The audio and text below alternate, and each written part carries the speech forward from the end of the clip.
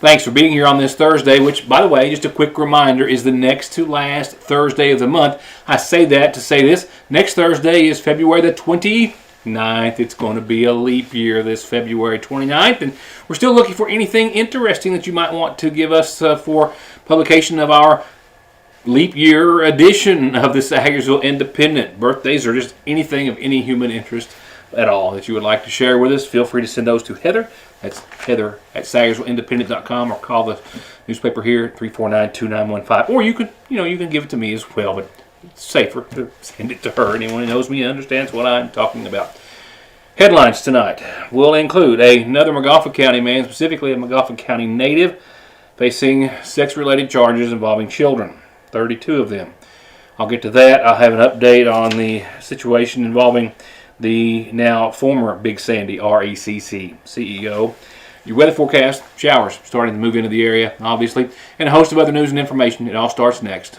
Someone dies in the U.S. every 7 minutes from an overdose, and over half of the population gets or takes pills from a friend or a relative.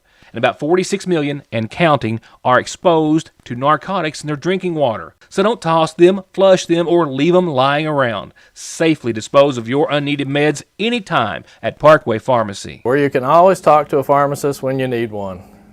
Regardless of what season it is, you can always find fan favorites of the Ville, Salyersville, at the seasonal shop. For the dudes, Duke and Cannon, Turn Rose, and more. And always something for all the Hornet fans. And for all the ladies, it's always Wildcat season, and it all changes daily. That's why you always have to make a stop at the seasonal shop just next door to Fraser's Prater Drug Store. The best place for all your prescription, over-the-counter, and Radio Shack needs, with some of the very best hometown lunch specials and treats. They're a pair like you can find nowhere else but in Salyersville.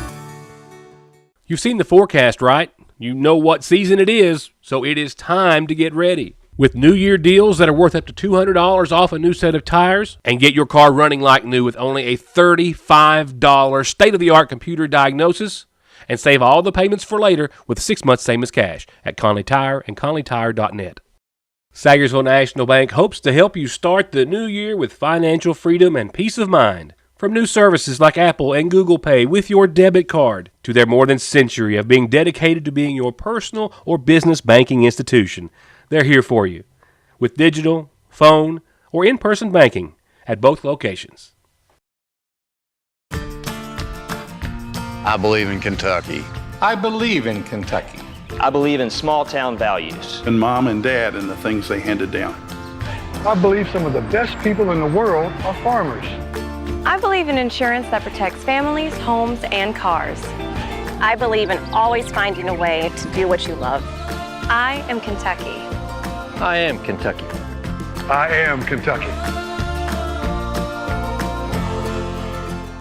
As I reported to you just days ago, 3 women employees of Big Sandy RECC, based in Johnson County, of course, the electric cooperative, which has customers, or members, I should say, in Johnson, Floyd, Martin, Lawrence, Morgan, Magoffin, Knott, Breathitt, and other counties, I believe, in their coverage area, have filed a civil suit, if you will, a sexual harassment suit against what was then CEO Bruce Aaron Davis, claiming at least one of the women who has been employed there since 2019 that he on numerous occasions made sexual advances towards her and others, sexual harassment in the form of physical touching, lewd comments, following them into the bathroom, making sexually suggestive comments to them as well. The 3 also claiming that they are victims as well as they knew of others. And as I said at the time, it was a case claiming sexual harassment, representing only one side of the story. I can add to that at this time that one of the members of our staff here at the Sagersville Independent and Big Sandy News had a conversation with the new interim CEO, Jeff Prater, who could only confirm that the former CEO, Bruce Aaron Davis, the subject of that suit, is no longer an employee of Big Sandy RECC. That's all the news that I have to add at this time. A former doctor who had a practice and performed that practices I should say, in Floyd and Pike counties, was officially sentenced alongside a nurse. This past September, as a reminder to an earlier report, a federal jury sitting in Pikeville convicted Kentucky doctor Crystal Compton and her nurse Kayla Lambert, Compton 43, Lambert 36 years of age, of conspiracy to illicitly prescribe controlled substances and related offenses. Compton was also convicted on 44 counts of unlawfully distributing controlled substances. Compton was a licensed physician at the time, practicing in several medical clinics in the Pikeville area. Lambert was a nurse who worked with her, and they were accused and convicted of conspiring to distribute controlled substances using prescriptions that were not written for legitimate medical purposes. Prescriptions for significant quantities of opioids, oxycodone, methadone, hydrocodone, sometimes in combination with others. For example, one individual received a prescription or prescriptions for 720 methadone, 180 alprazolam in 1 month, another 480 and 300, respectively, in a single month. Compton also provided multiple prescriptions for Lambert for oxycodone pills. The evidence establishing that Lambert sometimes as well issued illegitimate controlled substance prescriptions by signing Compton's name to them. The maximum penalty on at least one of the charges, or some 20 years in prison.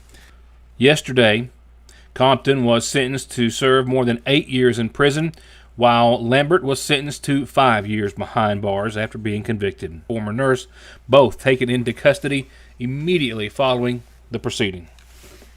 And in local news tonight, another Magoffin County, and specifically a Magoffin County native, facing serious sex-related charges, sex crime charges related to children, a total of 32 counts.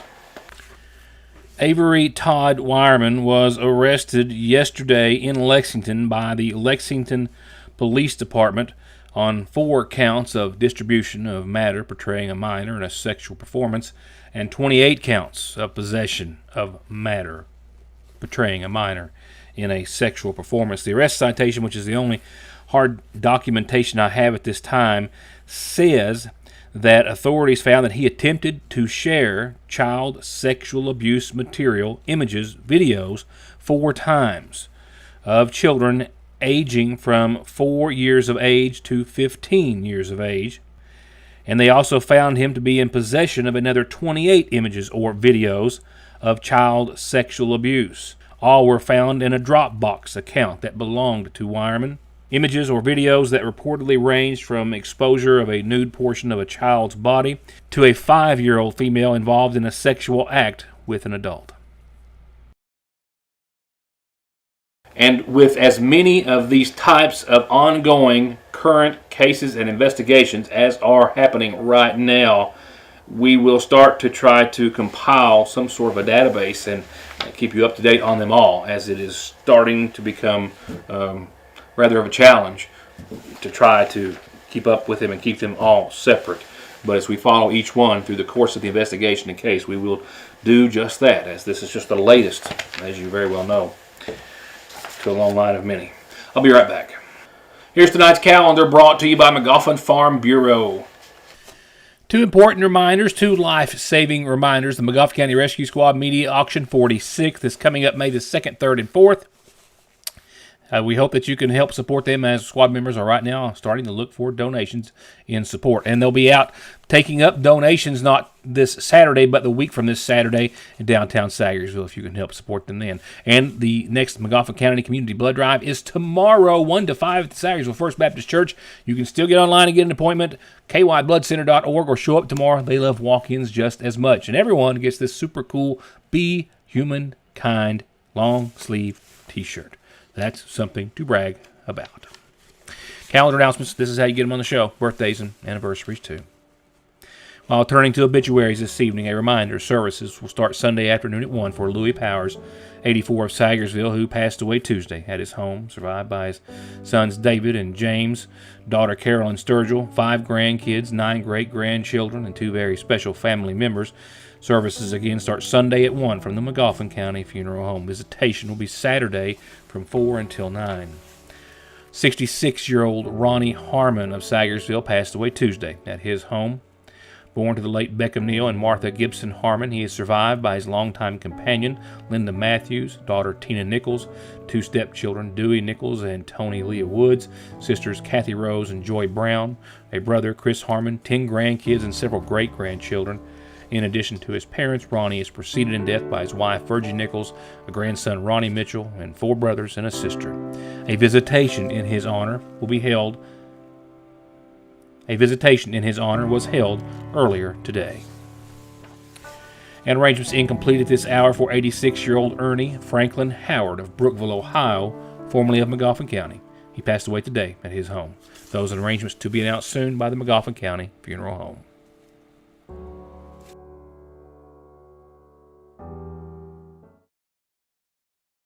Cooked cabbage is back at your Sagersville Lee's, and so is the low-carb plate. I mean, yes, you can call it a low-carb plate because it is. There's barely any carbs in it, but it's also one of the tastiest meals we've got.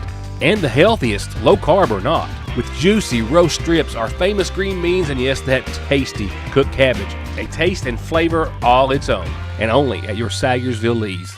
The Kenny Wayne Shepherd Band.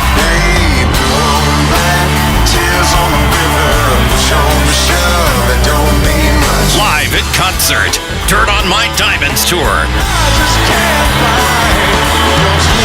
March 7th, the Mountain Arts Center in Prestonsburg.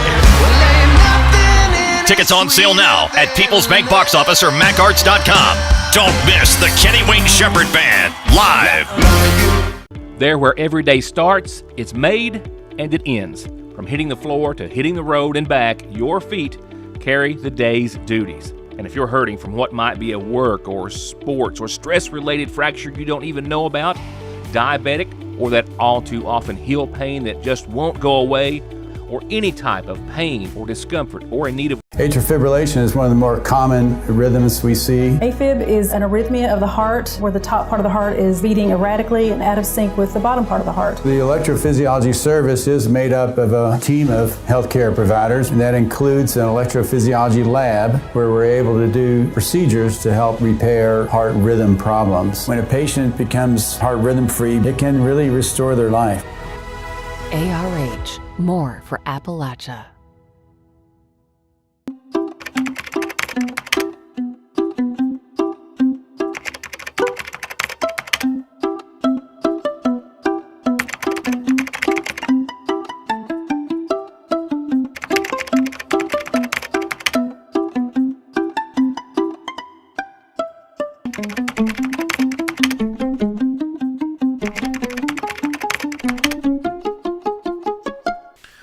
All right, it's time to skip straight to the weather. Had a somewhat busy day here, a lot of guests, a lot of things going on, and I'm having to pay for it time-wise right now. So let's go straight to talking about current conditions outside the studios in downtown Sagersville. 53 degrees tonight. Feels like 53, of course.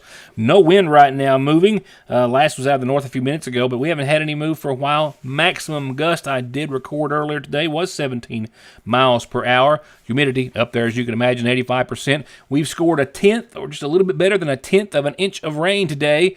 Sunrise 7:14, sunset 6:19, and there is, as you can see, some more rain showers on the way, rolling through a lot of Kentucky and the viewing area as well, with showers and possibly a thunderstorm. Don't really expect any, but possibly, mainly before 11, but some lingering throughout there.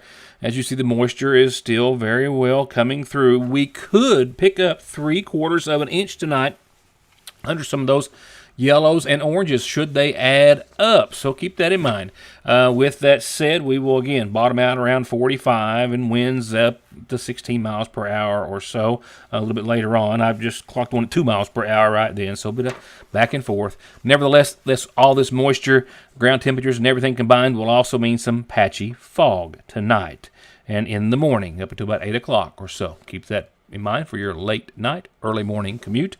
For your Friday, after that patchy fog, I think skies will be cloudy and gradually become mostly sunny. And we'll see, I think, maybe a dry start to the day and some sunshine and another chance of some showers, albeit 20 to 30%, tomorrow after 4 o'clock or so and throughout the overnight, and a low of 36 degrees tomorrow night.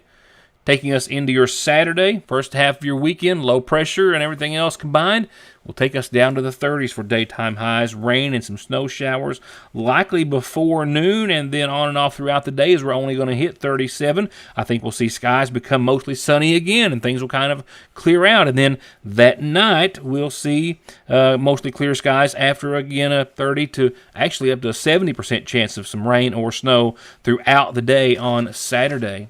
But like I said, by Saturday night, we should be clear and at around 23. Sunday, we'll start off clear, sunny ultimately, and hit 55 degrees on your Sunday. And then again, just like clockwork, during the nighttime, another chance of showers Sunday night carrying over just to about 2 a.m. And then we'll start off sunny and nice and 64 on your Monday during the day. And then that night, again, see the pattern? A 40% chance of some showers, mainly after midnight. Those showers, though, will not just be an overnight thing, and they'll carry on into your Tuesday and Wednesday, I think. But look where temperatures go. Still, as expected, flirting with that 70-degree mark on a couple of days, those being Tuesday and Wednesday, 68, 69, respectively. But mostly cloudy skies and a 60% chance of showers that I'm not adding up right now as far as rainfall accumulation. We'll talk about that early next week when we have a better handle on it. By Thursday of next week, look at that. We revert back down to the 40s for daytime highs. That 35 for nighttime low might be a bit optimistic. Mostly sunny still and a 40% chance of rain and snow this time next week. And that's going to do it for tonight. A somewhat shortened show, I know, but we've had some meetings in-house all day today, a couple of big projects and some other things going on, which has left me short on time, which is not all that unusual. We try not to let it happen any more often than we have to. On that note, I haven't said it in a while, but it still stands. Still would love to have someone to take a camera, cover some ball games, high school, grade school level, just any different things, other things that I just simply can't get to everything, and bring them to us either in raw footage format or maybe do a little editing, maybe sit here behind this desk sometimes. If you'd like to be a part of the family here at Your News Today and interested in doing so, please let me know. We could use a few more, at least one more, certainly, person interested in carrying on the local news tradition. With that said, I'll wrap up tomorrow, this week, of programming on Your News Today when I see you then. Thanks for watching.